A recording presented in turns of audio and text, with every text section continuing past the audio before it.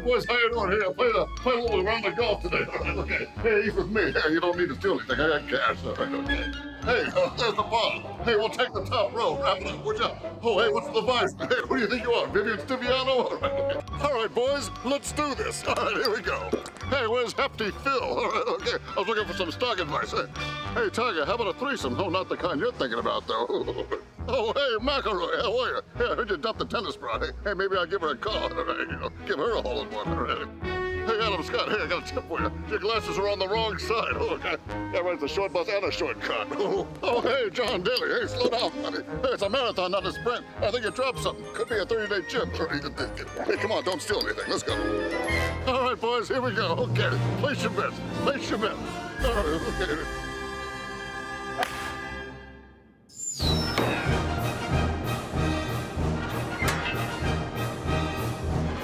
Oh, that way. Over there. Oh, my. Oh.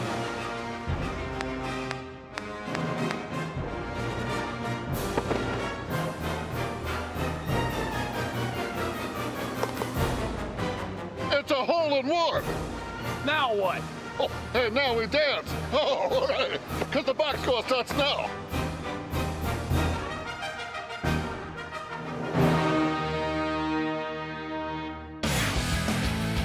I don't know a lot about sports, but I can drink a lot of beer. My motto is simple: C's get degrees. Need a long, inappropriate hug? I'm your man. I think I'm smarter than you, because I probably am. Howard Cowards for box score.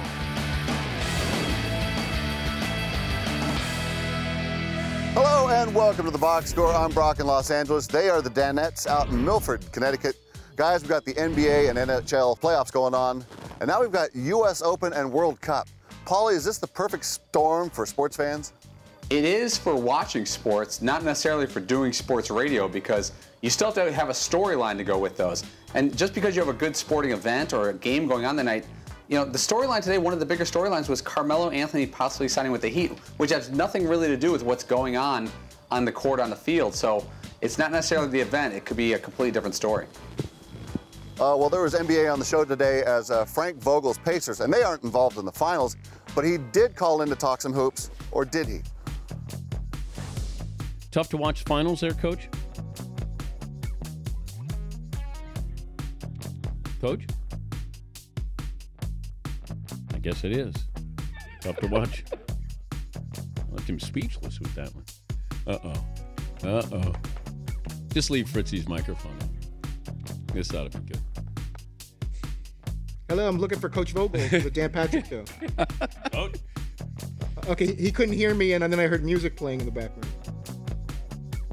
Can you hear me now? Very frustrating that it happens on occasion. I'd like it to never happen. But first of all, the PR people that were involved, he called in late, Coach Vogel. And secondly, we have him on the line and everything sounds okay. We put him on hold. We reminded him a couple of times during the commercial break that we're coming back. And then as soon as Dan goes to him, of course, no response. There was a disconnection there, or we couldn't hear Dan, whatever it was. And then it got bleeding into the next segment, and he finally came on. But just very frustrating. I get really angry, especially when you dot your I's and cross your T's and you keep going over it and over it. And that just sounded really bad on the air and was very frustrating. Brock, can I jump in for a second? If there's one PR or marketing person in the country watching this show today, here's the lesson. These are called media tours, and it's where they take someone like Frank Vogel and he does 10 interviews in like a hour-and-a-half window. And they schedule them like 8 minutes apart, which is bad. And then they have them on a speakerphone, which is bad. And then they run late and it pushes another one back, and then they have a bad phone line, or they don't have the guy in place, or they connect to his cell. They do like 8 different things that are bad for a sports radio or TV interview, and then they want to sell a product like Dove or whatever the product is. Well, you could sell your product a lot better if the person's either on time, on a decent phone, or maybe energetic about the interview. Any of the above would help. A little behind the scenes info too. Fritzy, when he got Doc Emmerich on the phone, had a bad phone line, caught it before it made air though. So there should be some kudos there. That almost got really ugly because that was only 20 minutes apart from each other. That would have been back-to-back bad phone interviews. Holy moly. Talk about perfect storm for Fritzy. Seton, Dan, clearly not a fan of Fritzy's ask, answer, ask. Why hasn't Fritzy learned not to do that after all this time? Oh, man. You know, Fritzy's a little stuck in his ways, I think. And really, the question is, why do people still expect Todd to change his ways? Because it's never going to happen. How many times have we seen, like, hey, Fritzy, go to the gym. Yeah, okay, work out. Well, a couple minutes on the treadmill, then I do this for 15 minutes, and then I go home. He said that for 8 years now. It's like, it's the same thing, you know? It's never going to change. And sometimes I wonder why Dan presses so hard on that, because it's really just driving himself crazy. Yeah, I get into a routine, and it's not necessarily a good routine, but he's right. I'm a stickler. I got to work on that. Yeah, I got to do better at that. I could be better at you guys that. are right. Next time. Right. Yeah. Same thing. Groundhog Day. I'm sorry, the surfboard just fell down behind me and just scared the crap out of me. I thought there was something jumping out of the bushes. The boss was clearly agitated today, and in the final hour, he went well below Fritzy's well-groomed beltline area. What are you defending your son for here? I'm just saying. He's 11. He got a save in a Little League there's game. no comparison between a preschool graduation and a Little League save. Your son did take a called third strike to end his season, by the way. I don't know why you have to bring that dude. up. Well, you brought it Come up. on, what are you doing? Not cool. It's equal time. No, My come son on, watches this come fine on. program That's when he gets this home is from school. This and is he's gonna hear you say journalism. that. Fritzy, you're covering half the story. Not cool, man. I don't know, though. I think that, honestly, the whole funniest email on the whole topic actually made me laugh out loud was, how lame is it that you have to be in the bullpen as an 11-year-old? Yeah, you like that one. You kept bragging about a save.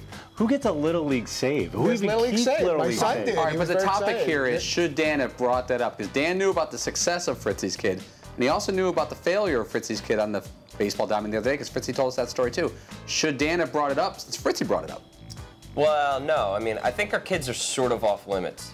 You know, I think that we can make fun of each other, Ooh. and that's fine. But like, wives and kids don't really need to be torched on TV. And that, you know, for Jordan, while he, you know, Todd's son may just be 11, that game was the biggest thing in the world to him. And so it really crushed him, and he was genuinely upset. And I don't really think it's a good idea to start to open the floodgates like that on the show. I thought it was stepping over the line a little bit. It was a little off limits, especially because Jordan watches the show. He records. You really it, likes let to watch Jordan watch through. the show? He watches the show. I'm hoping somehow I don't know if he watches straight 3 hours or he zips through it or whatever he does. But if he sees that, he'll be disappointed by it, because again, it wasn't just some regular season game. That would be one thing. But the fact that it was a playoff game in the last inning, striking out, looking to end the playoffs and end your team's season. And But Fritzy, will he be upset that Dan mentioned on air, or that you told a story about it on air to Dan beforehand? I don't know if I had mentioned it on air. I'd have to. No, but you did mention anything. Remember, anything you mentioned in the room is going to go on air. I thought that was something that was in confidence, and that we were talking about that before the show. Yeah, you risk it, but you also think that it's like, well, that obviously making fun of each other's kids isn't really something we're going to do on air until today, is it? To Dan's credit, he wasn't. I don't think he wasn't reveling in my son, going through that. But he did feel a need to blurt that out and mention it during the show, which I don't think was necessary. Paulie, your box appearances are usually uneventful in more ways than one. But on your trip to the box today, or from it, the boss also took out his anger on you. Didn't I always tell you shut the door? I was told not to shut. No, shut the door because the light comes on. Is that good TV? Is that good TV? They told me if I shut the door, it leaves the light on in there, though. I'm worried about that. All right. Jerky time. About 5 years ago, someone told me not to shut the door of the box because it leaves the light in there and it'll burn out. Now, that's the only instructions I've ever had in the box, except for go in, close the door, sit down and talk. I've never gotten that instruction. I always close it. I got that instruction day one, and I don't close the door. You know what? I'm not gonna. I'm comfortable with what I've been doing. Okay, my question, I have a couple of things on this. Was, at the end of that clip, you said jerky time. Was that about Dan or beef jerky? Wow, it was a double entendre. It was, I knew it. I think that Dan is a little picky right now. And he's sort of nitpicking on a lot of things, and like these little tiny things are getting under his skin.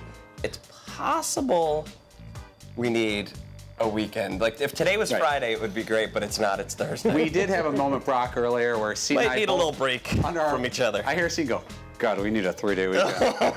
And I was just like, It's possible we've spent a little too much time together as of late and could use a little.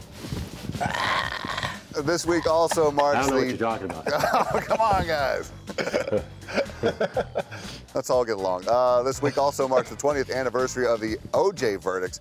Paulie, you're actually kind of buds with Kato Kalin, right? A little bit. I used to go to this bar called Dimples in Burbank, California, not far from where you guys are. And he used to hang out there a lot. He was on like the softball team, and my buddy was the bartender there. So we hung out every couple months at that place or whenever I go back there. And he's a really funny guy and a hardcore sports fan. I mean, he really knows his sports. And so I just noticed, I think yesterday morning was the 20th anniversary of the O.J. Simpson double murder trial, everything. And I text him. He has the same number. I haven't heard from the guy in about 4 years. And he's going to come on tomorrow. Slashing on OJ. Can you guys take us back to where you were when the verdicts came down, or maybe even the slow-speed chase? Seton, let's start with you. Well, you know, whenever I hear of O.J. Simpson in the trial, I always go back and think of my grandfather, who was also a double murderer and got away with it. And no, that's not true, actually. No, he was actually. Just see if you're paying attention. Yeah. Just check if you're paying attention. No, my grandfather was not a double murderer. Okay, I'm kidding. One murder.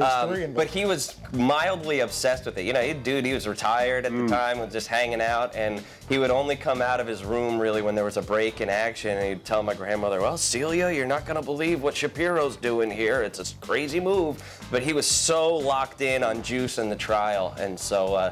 Yeah, that's what I think of Pop-Up. I was in Tempe, Arizona. I was living out in Scottsdale at the time. I was at a taco place, and I see up on this little 19-inch Zenith black and white TV, they showed it, and there was no volume on the TV. But I remember seeing OJ's face, and at first he almost looked like he was crying, and then I saw him being patted on the back, and we're like, wow, he got off. Wow. I watched it with my dad. We were watching the Rockets game. It was the Rockets-Knicks, right? Yep. That was Not during the verdict. No, I'm talking about the chase. That's what I remember more. Then the verdict, I actually... What time of day was the verdict? Because I remember being at a bar in New York City. It was before noon. Wow. So that's... Yeah. Huh. Interesting. I remember where I was for the chase a lot more vividly, watching the split screen. And I was in an apartment in Burbank, and I get a call from my mom, and she's all panicking. What's going on in California? It's time for you to move back home. You should never. She was worried that you were going to be involved in it? Somehow I was going to go from Time to Burbank, move back and I was home. going to drive over to the 405 and be one of the people waving or holding signs. Or whatever. It's just too crazy over there, and there's earthquakes and riots and floods and OJ, and it's really need to come back home. Can you imagine if Fritzy, back when he was doing Talk 2 and other shows, what's Up Close. Up Close. If Fritzy had OJ's cell phone in the middle of the chase, you know, he's moments away from possibly killing himself, and all of a sudden here's a ring. OJ, good to hear from you. Todd Fritz, how are you? Go and get to my spiel. I was very upset when we found out that Trojan. He wasn't calling me. He was looking for Bob Costas while he was sitting in the back. Bill. Oh, man. Should have been calling our show. What are you doing tomorrow? I mean, after you put the gun away, what are you doing? Tom, with Chris Myers, love to have you on. If you got something to plug, we'll mention it. We'll be glad to promote whatever. He's like, yeah, I'm going to kill myself on Friday. Well, how about Thursday? Thursday be great. Thursday works. Great. Hertz, what do you want us to mention? You got a movie bump Elton coming out? Brand. I'm OJ. I'm here to honor killing people. Okay, coming up, it's time for the guys to monkey around a little. Stay with us.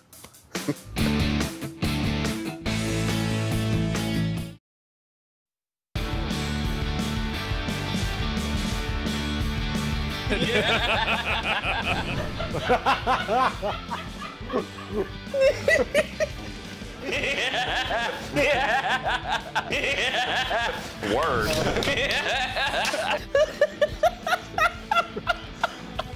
Welcome back to the box score. Seeing those were some of your greatest hits throughout the years. How long has it taken you to perfect that beautiful laugh? Man, it's been a lifetime. You know, that laugh is sort of like the English language. It's a living, breathing thing, and this is always evolving. So I don't know. I would say it's not perfected yet. Did that help you a lot in your like FM radio days, being part of a morning zoo? Because that seems like a great addition to the staff.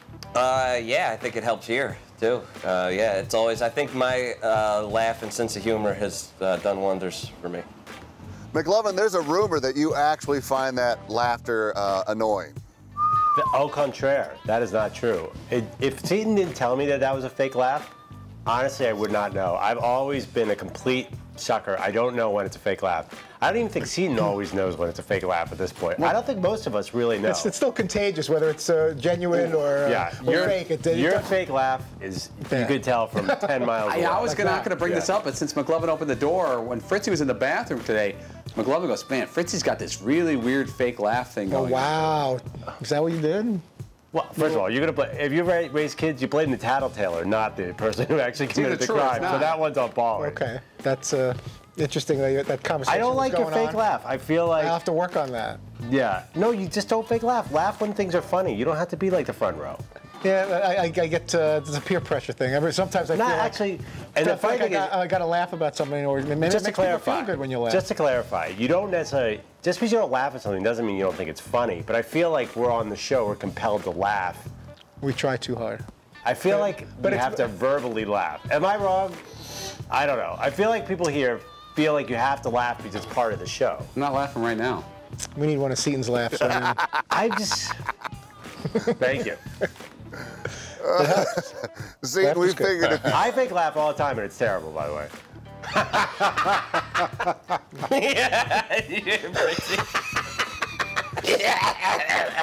All I see is a cloth coming down on my face. Yeah. The smell of ether. You know, Seton, if you ever lost your job, you know. I wake up in Tijuana. It's my kidnapping laugh. What happened?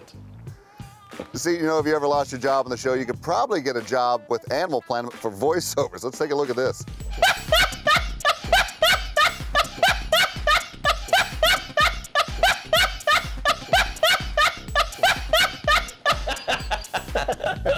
Oh, that's awesome. That's so great. Paulie, we didn't want to leave you out. Let's take a look at your audition tape. That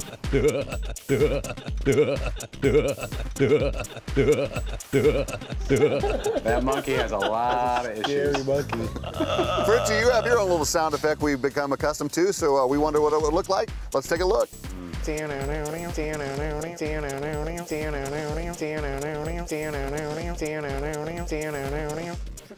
Yeah, I make a lot of different sound effects and off of sports themes of networks, and yeah, that's another monkey that may need to get some psychiatric help if that's what's coming out of that monkey. We should really move on, but we don't want to leave McLovin out. But you really don't have a really funny laugh there. But oh, you did bust your glasses once.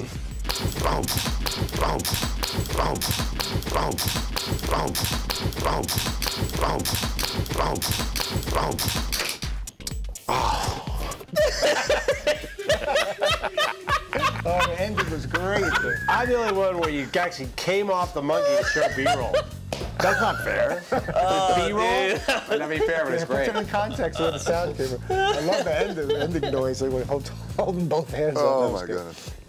Sticking to the topic of monkeys, Fritzy, you gave the boss a little TMI when describing how you were prepping for tomorrow's painting festivities. One of your Danettes is much less hairy today. Really? I went to town last night on the razor. I wanted to clean some things up, and next thing I know, it was like an hour and a half later, and there was like a pool of hair at the bottom. Okay, yeah, I don't need. That's a little too detailed. But no, I You give me too much information all the time. I got a little carried away. I got a little excited. It felt good, and I was lotioning up as I'm wont to do. No, see, you just did it. I don't care. No, but on my arms. That was a little too much information, granted, but I was sharing what was going on, and Paulie kind of set things really up. Painting the picture there. Started sharing the story. I'm shaving, my arms and chest, and I didn't stop there. And it was a nice, relaxing, lovely, long shower, and I'm sparkling head to toe. Would you use a sickle? And you really let your son watch the show? Yeah, I'm hoping this part he's not going to necessarily catch, but I enjoyed myself. It was a very nice way to wind down the evening. It was supposed to just be, shaving some hair off my arms and maybe a little chest, but I got a little enthusiastic. Did you chia pet yourself? I chia petted myself a little bit. Coming up, do the Danettes love their country? You'll find out after this.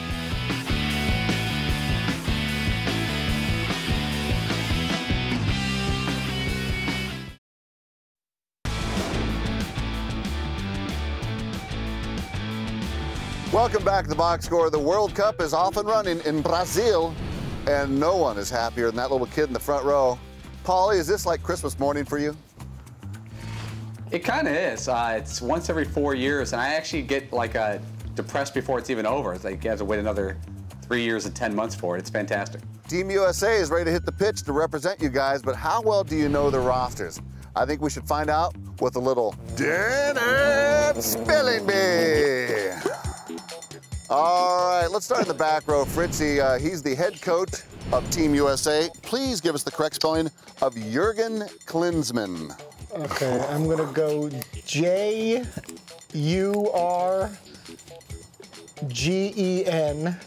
Hope it's not 2 N's. I'm gonna keep it with 1 N.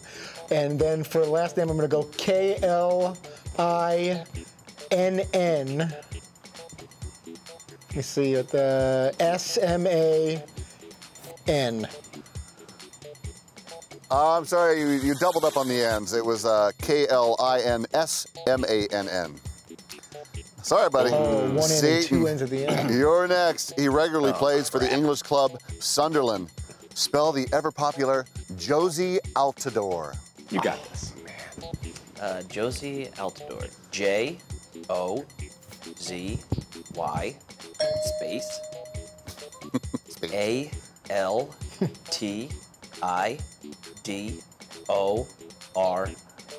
Nice. Oh, the Mountaineers are in the house. Well done. Nice. McLovin, your turn. He's a midfielder for Sporting Kansas City. Spell Graham Zusi. Oh, Graham Zusi. The one and only. Graham, G-R-A-H-A-M.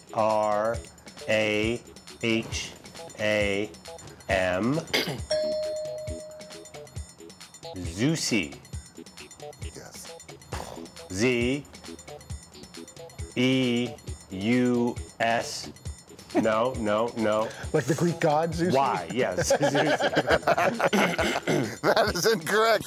Last name is Z-U-S-I. And finally, Polly, you're the soccer snob, so we're not going to take it easy on you. Please spell Mix Discarude. I absolutely knew this was the one I was going to get because this is the one I can't spell. I think it's M-A-X D-I-S-K-E-R-U-D. But I think it's wrong. Yeah, that's incorrect. I'm sorry, it was Mix, not Max. M-I-X-D-I-S-K-E-R-U-D. Seton. That's awful. Well done, sir. Yeah, Josie Altidore. Yeah. Coming up, we will see if these jerks know they're jerky, or if you're a San Antonio fan, jag-offs.